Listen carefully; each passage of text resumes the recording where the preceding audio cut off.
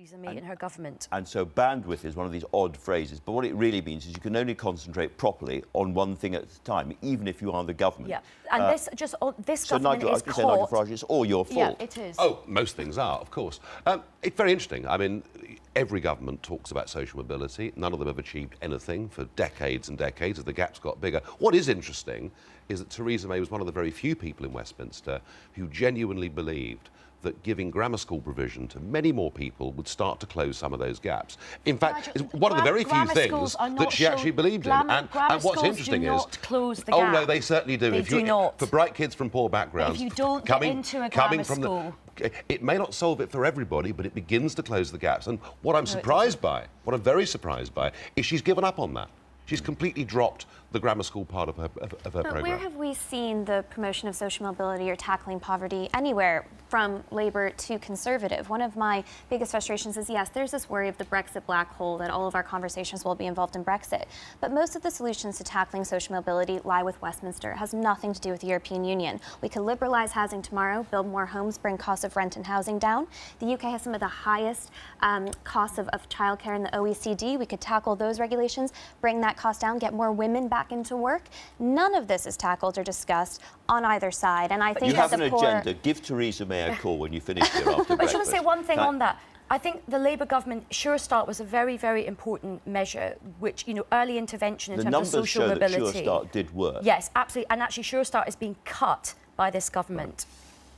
Nigel, can we were talking about Brexit. Let's talk about Brexit. Why not? Yeah, a really big Sunday Times double-page spread here and cartoon and all the rest of it. Eurosceptics demand no more bowing to the EU. It's quite interesting that the government was elected as a pro-Brexit government, yet they find themselves increasingly moving away from mainstream Eurosceptic opinion in this country. For example, agreeing to pay up to 50 billion sterling as a separation bill from the European Union. I mean, that is something supported by only about 10% of the entire population. Can I ask you about what you think about that? Because a lot of people would say it's a lot of money, even over many, many years, but if we get a really good trade deal as a result of that, it might economically, in the end, be worth it. I don't think a tariff-free access deal to the European single market is worth 50 billion sterling. Absolutely not. It's way too much money. The problem with all of this is that the EU are being very unreasonable. At every step of this, they appear like bully boys. And to see Donald Tusk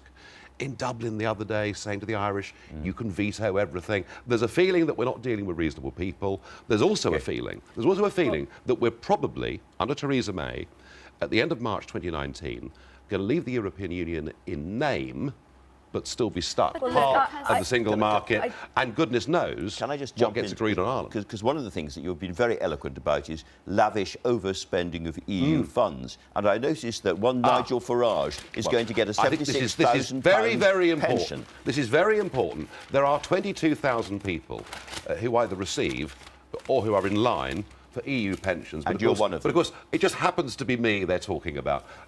No mention of Kinnock or Mandelson or anybody. All I can say is, given the arbitrary way the European Union behaves in terms of money, I'd be very surprised if I get any of it. Well, can I ask you... Very surprised if I get any of it. Can I ask you a different question? Can I ask you a different question? This is your moment on live television to say that I will stick by my principles. I, Nigel Farage, would not accept this pension. Oh, I'm not going to get it anyway, so it won't... I don't think this will even occur. But if it did, you wouldn't take it? Oh, of course I would take it. I've said that right from day one. Well, of course. Okay. Why should my family and others suffer even more? This is the sort of hypocrisy that we see. No. I said it from day one. It is not hypocrisy. I've just voted to get rid of my job. I was the turkey that voted for Christmas. How's that hypocrisy? If it was hypocrisy, I'd have said we should stay in the EU. You still hoovered up your expenses and your salary from the EU, which you rail against. Well, at the moment, they've demanded an arbitrary 40,000 from me by Christmas. They're fining me. So, as I say, just look at the way they've treated me. But I just want to say one last thing on the Brexit stuff. I mean, all of this just proves that when we voted to leave the EU, and I understand people had good reasons for doing it, it's like a leap of faith in the dark with a blindfold on. Nobody knew what was going to happen. And it now sings the phrase, take back control, was take back control and give it to the Irish. You know, we are in such a mess on Brexit. We're going to talk about... We have to stand up. We have to stand up and have proper leadership. Brexit failing. failing. Brexit's failing because of the government, not because we voted to leave. Absolute waste of time. Enough of that. We're going to move on to the other side of the Atlantic now. Right. Kate, you've got, is it the New York Times there on the tablet? It is the New York Times here, which is talking about Michael Flynn, the National Security Advisor, who earlier this year was fired because it turned out that he had more communications with the Russians than he had let the vice president to believe. Flynn is now cooperating with the FBI and Agent Mueller, who is running the special investigation into Russia. And the New York Times... He's cut some kind of deal, hasn't he?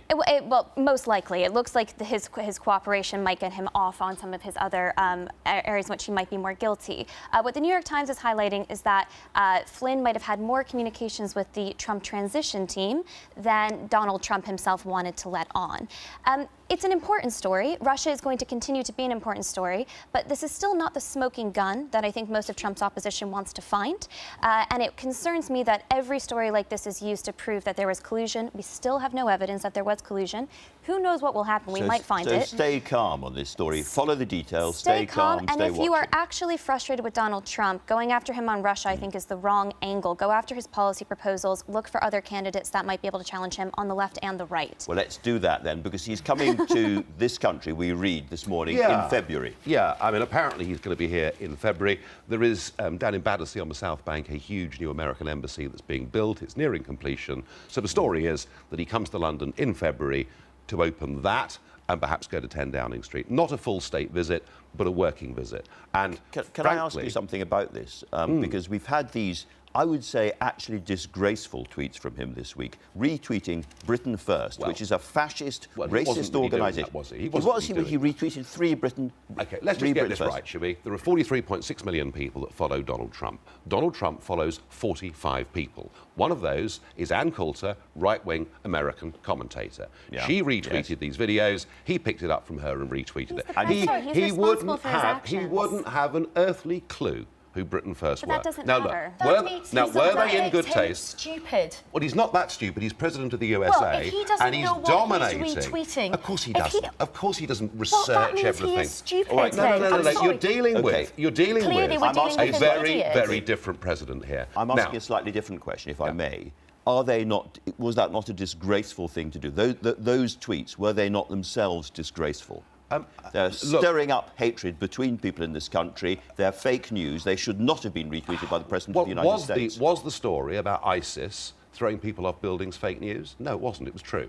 It happened in Egypt. Do I think, Andrew, those tweets were in good taste? Not particularly. No, I don't. But the point is You're going to defend him. The level of outrage from the liberal elite in this country is out of all proportion can I just say, with what... you can't actually. With what happened here. I can. And every single time, No, I haven't finished yet. I haven't finished yet. And the idea that that should lead to half the Labour Party saying he shouldn't be allowed to come to our country, frankly, is ridiculous. And I think is viewed by the public as being ridiculous. Ayesha, Donald Trump is a racist, he's misogynistic, and he's Islamophobic. He peddles in stirring up hate and division. Now, that is something that you might agree with, but that is not what British values are in this country. And just remember... You're out of touch. As Jo Cox lay there dying, you're out of touch. The scumbag who executed her shouted out the words, Britain